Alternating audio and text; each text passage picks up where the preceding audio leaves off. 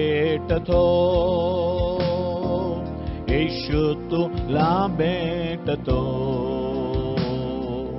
येशू तुला भेटतो, येशू तुला भेटतो. कधी नाही बदलणार, येशू तुला भेटतो, कधी नाही बदलणार, येशू तुला भेटतो. आपल्या लोकांस भेटून भोजन देणार, आपल्या लोकांस भेटून भोजन देणार. आज पण तुला तृप्त करणार, आज पण तुला तृप्त करणार. येशू तुला भेटतो, येशू तुला भेटतो. आपल्या लोकांस भेटून रोग सर्व मिटवणार, आपल्या लोकांस भेटून रोग सर्व मिटवणार. आज पण तुला बरं करणार, आज पण तुला बरं करणार. येशू तुला भेटतो, येशू तुला भेटतो, येशू तुला भेटतो, येशू तुला भेटतो. आपल्या लोकांस भेटून अद्भुत करणार, आपल्या लोकांस भेटून अद्भुत करणार. आज पण तुझ्यात क्रिया करणार, आज पण तुझ्यात क्रिया करणार. येशू तुला भेटतो, येशू तुला भेटतो, येशू तुला भेटतो, येशू तुला भेटतो. कधी नाही बदलणार, येशू तुला भेटतो, कधी नाही बदलणार, येशू तुला भेटतो.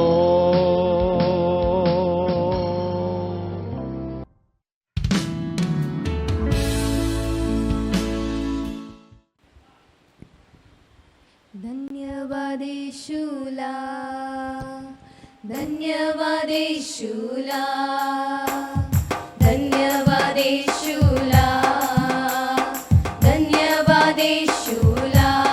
ओ हो हो राजाच्या राजाला, प्रभूच्या प्रभूला, धन्यवाद येशूला.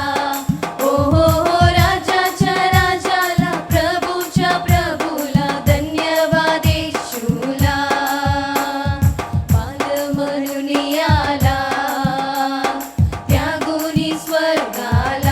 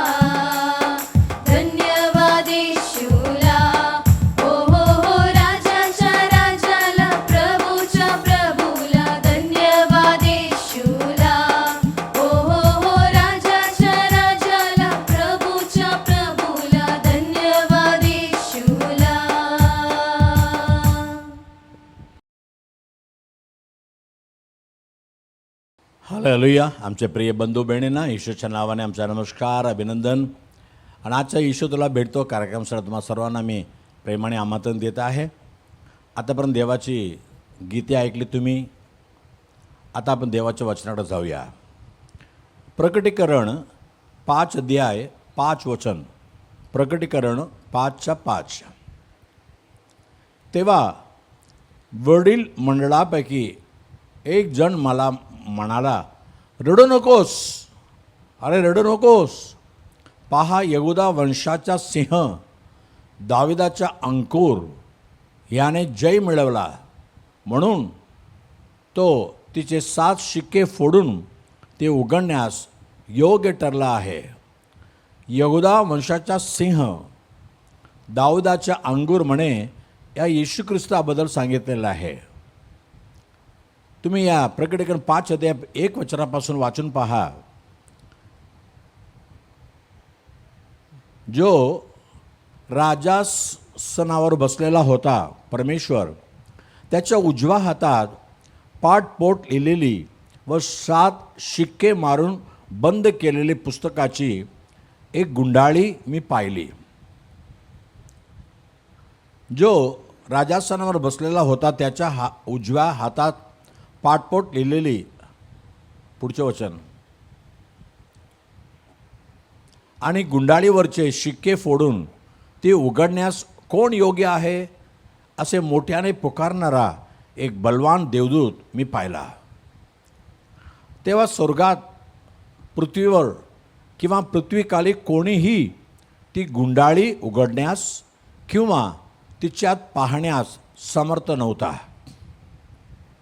ही गुंडाळी उघडण्यास किंवा तिच्यात पाहण्यास योग्य असा कोणी आढळला नाही, म्हणून मला फार रडू आले. मी रडत बसलो, अरे बाबा, कोणी योग्य नाही का या पुस्तकाला उघडायला.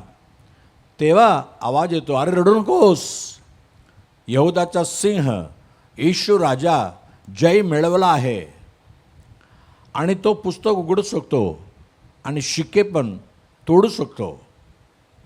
तसंच पुढं चालले. तेव्हा 6 वचनामध्ये, प्रकटीकरण 5:6 तिथे कोण येतो, तेव्हा राजासह 4 प्राणी याच्यामध्ये व वडील मंडळी याच्यामध्ये, ज्याच्या जणू काय वध करण्यात आला होता असा कोकरा उभा राहिला मी पाहिला.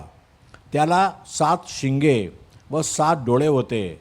ते सर्व पृथ्वीवर पाठवलेले देवाच्या 7 आत्मे आहेत. इथे येशू ख्रिस्ताबद्दल एक कोकरा वध करण्यात आला होता. म्हणजे कल्वरी क्रूसमध्ये येशूला वध केला, मारला गेला, आणि तोच कोकरा आता स्वर्गामध्ये उभा आहे. आता पुढच्या 7 वचनामध्ये,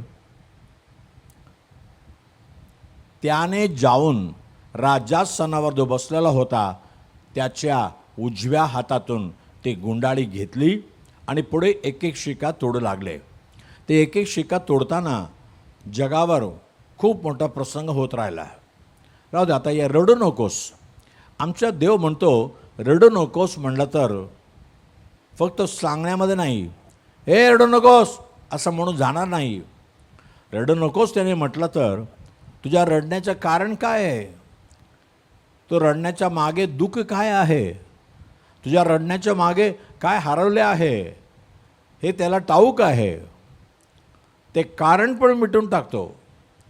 लूक 7:13-14 लूक 7:13-14 लूका 7:13-14 इथे एक विधवा येत आहे. तिच्या एकुलता जवान मुलगा मरण पावला आणि लोक 12 वचन पाहूया. खूप लोक रडायला लागले.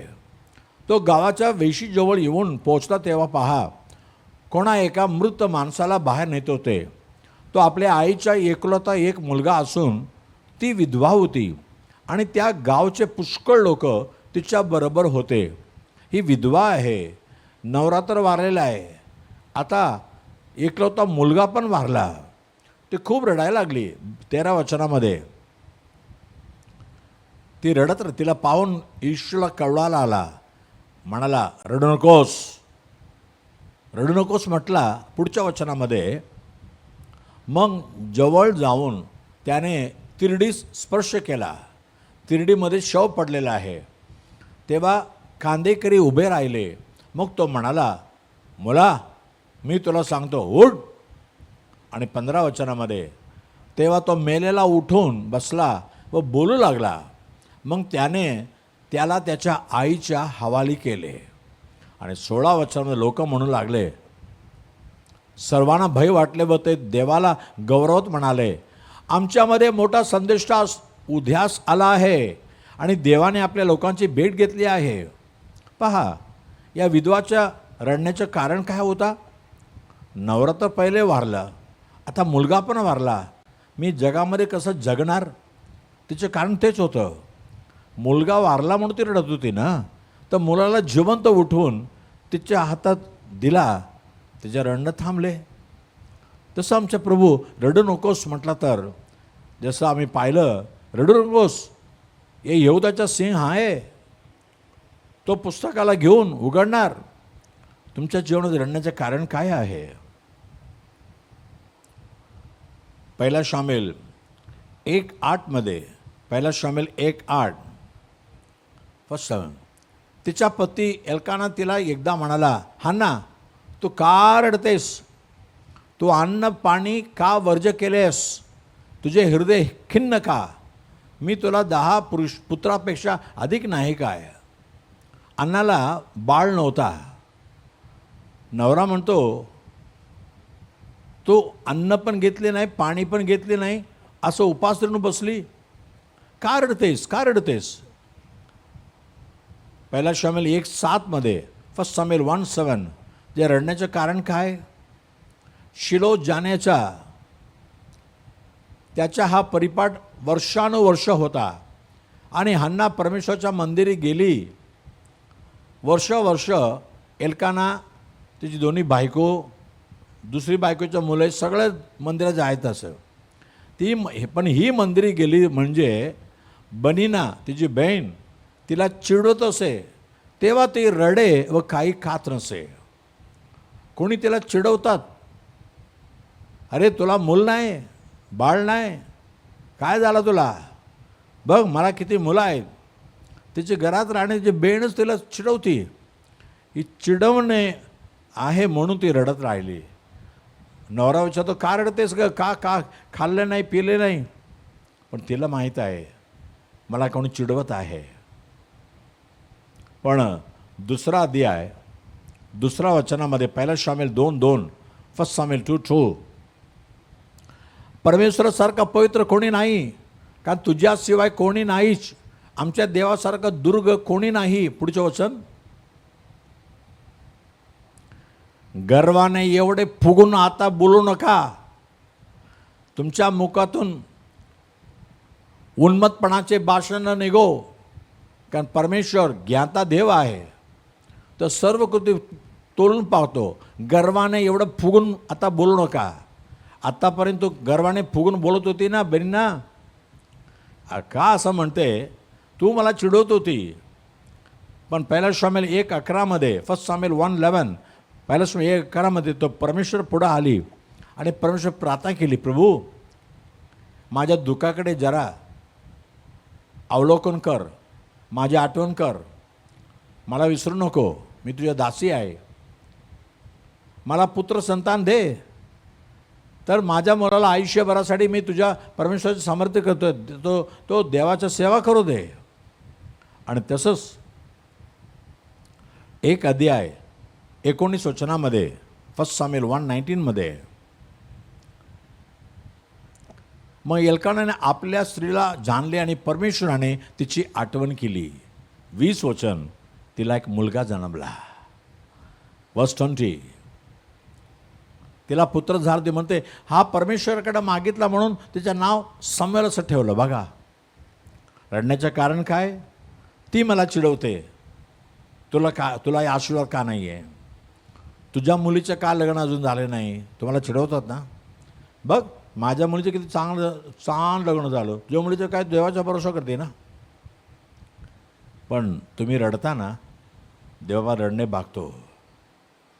रडून तुम्ही प्रार्थना केलेली आहे, देवाने ऐकलेलं आहे. आता म्हणणार रडू नको. तू का रडतेस? यासाठी रडते ना, तुला एक मुलगा पाहिजे, त्या मुलीसाठी चांगला मुलगा पाहिजे ना, बस एवढंच ना. मी बघतो ना उत्पत्ती 2:18 उत्पत्ती 2:18 आदाम एकटा होता.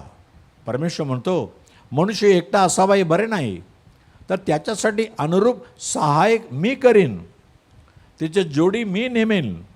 तसं हव्वाला बनवून देवाने आणलं ना. तुमच्या मुलासाठी चांगली मुलगी, तुमच्या मुलगीसाठी चांगला मुलगा देव तयार करून आणेल. घाबरू नका, रडू नका. आणि गणना 11:10 गणना 11:10 नंबर्स 11:10 सर्व कुटुंबातील लोक आपापल्या तंबूच्या दाराशी रडताना मोशेने ऐकलं व त्यांच्यावर परमेश्वराचा खोप फार भडकला. मोशेलाही वाईट वाटले, लोक रडायला लागले. आणि 13 मोसा म्हणतो या सर्व लोकांना पुरवायला मी मांस कुठून आणू, का ते माझ्याकडे गीत गातात, रडगाणे गात आहेत की आम्हाला खायला मांस दे, मटण दे बाबा. काय रे बाबा, रोज मन्ना कंटाळून आलं बाबा, आम्हाला मटण पाहिजे, मांस पाहिजे. हे माझ्याकडे रडतात बाबा, मी कुठून आणू देऊ. देवाने म्हटलं अरे बघ रे, त्यांना 1 दिवस 2 दिवस नाही, 1 महिना भरपूर ते मटण खातील. आणि मूसा म्हणतो प्रभू हे कसं शक्य आहे. हो माझ्याकडे 6 लाख जवान पुरुष आहे, युद्धाचा पुरुष आहे, ते तरी एक जण एक बकरं खाऊन टाकतील, त्यांना कुठून तू पुरवणार. गणना 11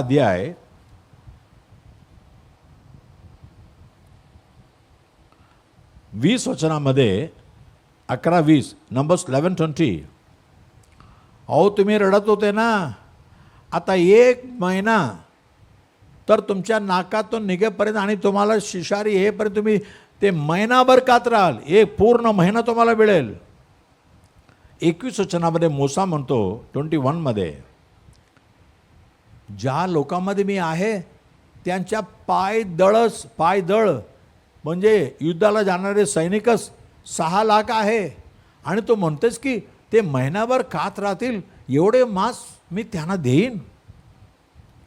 22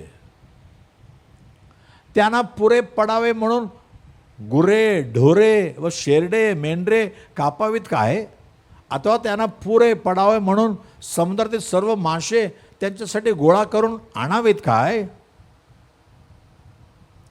23 वचनामध्ये परमेश्वर मोशाला म्हणाला, परमेश्वरचा हात काय तोकडा पडलाय, माझे म्हणणे तुझ्या प्रत्यास येते की नाही हे तो आता पाळशील. आणि 31 वचन वर्स 31 देवाने काय केलं, कसं मासे आणले, कसं मांस आणले, मटण आणले. नंतर परमेश्वरापासून वाहिलेल्या वाऱ्याने समुद्रावरून लावे आणले, ते चावणीवर व चावणीस भोवती इतके आले की चावणीच्या मागे व पुढे 1 दिवसाच्या अंतरापर्यंतच्या प्रदेशात त्यांच्या सुमारे 2 हात उंचीच्या थर जमला. एवढं पक्षी येऊन पडले. हे खायला लागले 1 महिना भरपूर खाल्ले. हो रडू नका, एक मांससाठी रडले ते सुद्धा देवबापा ऐकतोय. मग तुम्ही कधी रडला का, मला मटण नाही सगळं रडले का. अहो जाऊ दे ना, डाळ भात खाऊ, नाहीतर बाकर आणि शेंगदाण्याची चटणी खाऊ असं म्हणता.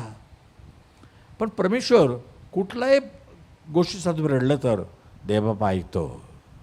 हालेलुया. तुम्ही दुसरा राजा 20:3 2 किंग्स 20:3 दुसरा राजा 20:3 हिजकिय्या राजा रडायला लागला, हे परमेश्वरा, मी तुझ्या समोर सतीतेने व सात्विकपणाने वागलो आहे आणि तुझ्या दृष्टीने जे योग्य तेच करत आलो आहे, याचे स्मरण कर अशी तुला मी विनंती करतो. असे म्हणून हिजकिय्या मनस्वी रडला, मन उघडून रडायला लागला.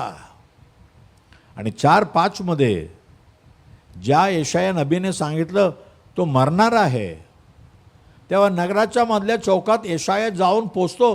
तोच त्याला परमेश्वराचा संदेश आला, तो हा परत जाऊन माझ्या लोकांचा नायक हिजकिय्या याला सांग, तुझा पूर्वज दाऊद याचा देव परमेश्वर म्हणतो, मी तुझी प्रार्थना ऐकली आहे, तुझे अश्रू पाहिले आहे, मी तुला बरं करतो, तू आजपासून 3ऱ्या दिवशी परमेश्वराच्या मंदिरी जाशील. वा.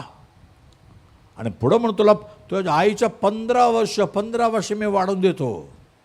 रडता का? तुमच्या आजारपणासाठी, तुमच्या रोगासाठी प्रार्थना करून रडता का? देवबापा सर्व रोग तो बरं करणार. हिजकिय्याच्या रोगाला बरं केला, कारण त्याचं रडणे देवाने ऐकलं. तुमचे रडणे ऐकत आहे. आणखी एक गोष्ट पाहूया. योहान 20 अध्याय 13 आणि 15मध्ये, जॉन 20:13 and 15. तिला म्हणाले, भाई का रडतेस? ती त्यांना म्हणाली, त्याने माझ्या प्रभूला नेले व त्याला कुठे ठेवले मला ठाऊक नाही, म्हणून मी रडते. माझा प्रभू येशू मला पाहिजे. येशूने तिला म्हटले, भाई का रडतेस? कोणाचा शोध करतेस? तो माळी आहे असं समजून मरियम त्याला म्हणाली, दादा तू त्याला इथून नेले असलेस तर त्याला कुठे ठेवलेस हे मला सांग, म्हणजे मी त्याला घेऊन जाईन. आता येशू मरण पावून 3 दिवस झाले, पण मरियम एकदम पहाटे उठून आली. येऊन बघते पण कबर उघडे पडलेलं आहे. येशूला अत्तर लावण्यासाठी आली, मेलेल्या येशूला पाहण्यासाठी आली, पण येशूला पाहू शकले नाही. तिच्या प्रेत तर नाही आहे. तेव्हा रडायला लागले, कोणीतरी उचलून नेले बाबा माझ्या प्रभूला, माझ्याकडून नेऊन गेले. आता येशू उभा आहे तिला माहीत नाही. तिला वाटलं माळी आहे, बागीच्या माळी. ते म्हणते तुम्ही उचलून नेले का बाबा? सांगा ना कुठे ठेवले, मी घेऊन जाते ना माझ्या येशूला. हालेलुया. ती कन्या आहे, ती एवढं मोठं येशूला घेऊन जाऊ शकते का? पण म्हणते मला येशू पाहिजे. आता तुम्ही रडता का? येशू तू मला पाहिजे, तुझं दर्शन मला पाहिजे. तुमच्या रडणे ऐकून तुम्हाला दर्शन देणार. आणि मार्कुस 16:9-10 पाहतायत. Mark 16:9 and 10. मार्कुस 16:9-10 काय लिहिलेलं आहे? आठवड्याच्या पहिल्या दिवशी प्राप्त केले त्याचे पुनरुद्धान झाल्यावर त्याने प्रथम मगदालिया मरिया हिला दर्शन दिले. हिच्यामधून त्याने 7 भूते काढली होती. पुढं तिने जाऊन हे वर्तमान त्यांच्याबरोबर पूर्वी असलेल्या आणि आता शोक करत व रडत असलेल्या लोकांना सांगितले. हे रडून येशूला पाहिली, येशूला प्राप्त केली. आता आणखीन जे रडत आहे ना त्यांना जाऊन सांगते, रडू नका, येशू जिवंत आहे, मी तिला पाहिलेलं आहे. तुम्ही सुद्धा असं दर्शन पाहून लोकांना सांगायला पाहिजे, आ लोक खरं देव कोण आहे? देव खरोखर आहे का? देवाला आम्ही पाहू शकत नाही, देव आमच्याशी बोलत नाही असं म्हणतात. तुम्ही त्यांना सांगा, येशू हा देव आमच्यासाठी आमच्या पापासाठी कल्वरी क्रूसमध्ये मरण पावला, पण तो 3रा दिवस जिवंत उठला, आत्मा जिवंत आहे. येशू माझ्याबरोबर बोलतो, तुमच्याबरोबर बोलणार. तसं लोक खरं देवा मागे फिरतात, इकडे तिकडे. कन्याकुमारीपासून काशीपर्यंत जातात, पण देवाला पाहू शकत नाही. तुम्ही सांगा, एक जिवंत देव आहे येशू ख्रिस्त. हालेलुया. तो रडू नकोस म्हणतो. तुम्ही रडू नका. कशासाठी रडता? येशू तुमच्या रडणे ऐकतो आणि त्याचं कारण त्याला ठाऊक आहे, ते कारण बदलून टाकणार. चला आपण प्रार्थना करूया. पवित्र देव बापा, धन्यवाद प्रभू. मरिया रडत होती, माझा येशू मला पाहिजे, माझ्या प्रभूचं दर्शन मला पाहिजे. आज पण किती लोक म्हणतात, खरं देवाचा शोध करून आम्ही थकलो बाबा. खरं देव कोण आहे? एकच देव, तो मानवाकरिता या जगात आला आणि मानवाकरिता सर्व दुःख सहिला आणि मानवाकरिता मेला, पण जिवंत उठला. येशू एकच देव. प्रभू, आज तुझ्यावर ते विश्वास ठेवू दे. तू त्यांना शांती समाधान दे प्रभू. तो खरोखर जिवंत देव आहे या काना त्यांना खात्रीने सांग, दर्शन दे प्रभू. आणि ज्या ज्या गोष्टीसाठी रडत आहे, सर्व रडणे थांबव प्रभू. मुलासाठी रडतात, मुलीसाठी रडतात, आपल्या जीवनासाठी रडतात, चांगल्या अन्नासाठी रडतात, चांगल्या कामासाठी रडतात. सर्व रडणे ऐक प्रभू. त्यांच्या अश्रू पोचून टाक प्रभू. रडू नकोस, तू रडू नकोस. एक अधिकार प्राप्त केलेला येशू प्रभू आहे, त्याच्या हातामध्ये सर्व अधिकार आहे. तो सर्व काय करू शकतो. लेकरांना जे काही आवश्यकता आहे पुरव प्रभू. त्यांच्या जीवनात काय अद्भुत पाहिजे, अद्भुत काम कर प्रभू. प्रत्येकानं आशीर्वाद कर. येशूच्या नावाने मागितो म्हणून ऐक प्रभू राजा. आमेन आमेन. God bless you. परमेश्वर तुम्हाला आशीर्वाद करो. पुढच्या रविवारी दुपारी 3 वाजता पुन्हा भेटूया. आमेन. आमचा पत्ता Bethel Pentecostal church, Bethel church road, Kamaraj हायस्कूलचा मागे, 90 फीट रोड, धारावी, मुंबई 17. आमचा फोन नंबर 8850665361 किंवा 9833333722 किंवा 9323424695.